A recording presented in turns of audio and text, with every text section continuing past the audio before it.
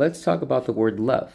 Because if we're expected to love our neighbor as ourselves, we should at least have a clear understanding of what that looks like. Romans 13:8-10. Owe no one anything except to love each other, for the one who loves one another has fulfilled the law. Verse 9, for the commandments, you shall not commit adultery, you shall not murder, you shall not steal, you shall not covet, and any other commandment are summed up in this word, you shall love your neighbor as yourself. Verse 10, love does no wrong to a neighbor, therefore love is fulfilling the law. Okay, let's start with this. Loving your neighbor is fulfilling the law. Okay, going to church, singing, clapping, shouting, only to come back and have a bitter, resentful, hateful heart towards your neighbor because they make different choices than you. You've missed it. You're not fulfilling the law. Okay? It's not a church thing. It's a heart thing.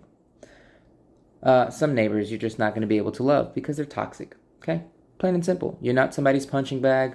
Loving somebody doesn't mean that that's the reason why you fall back into sin, you get distant with God. You got to set boundaries, okay? Let's also talk about what love is not. Love is not loving your neighbor's sin. I'm going to give you an example. If I have a wife who's an alcoholic, and when she drinks, she's promiscuous, she hits on me, all these things.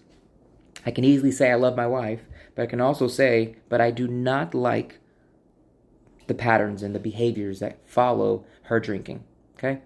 The same thing with sin. You can love your neighbor and say, I don't approve of your sin, and I don't have to, but that doesn't also by default mean I don't love you. Okay. What love means is respecting the differences on the basis of the fact they're human beings. You're loving people just because they're humans, just like you are, right? That's what unconditional love is. It is loving someone without there being a condition why they deserve it, okay? As long as it's healthy and not toxic. Okay. Have you noticed the closer we get to the return of Christ, the less love we're seeing out in the world? Why is that? The more sin increases, and it is, the less there's going to be love. Why? Because with sin comes chaos, pain, hate, murder, so on, right? These are all under the umbrella of sin. Okay? So the more sin increases, the less love abounds also, right? Let's see. The other reason is because people are lovers of pleasure more than lovers of God. Okay? They love their pleasure more.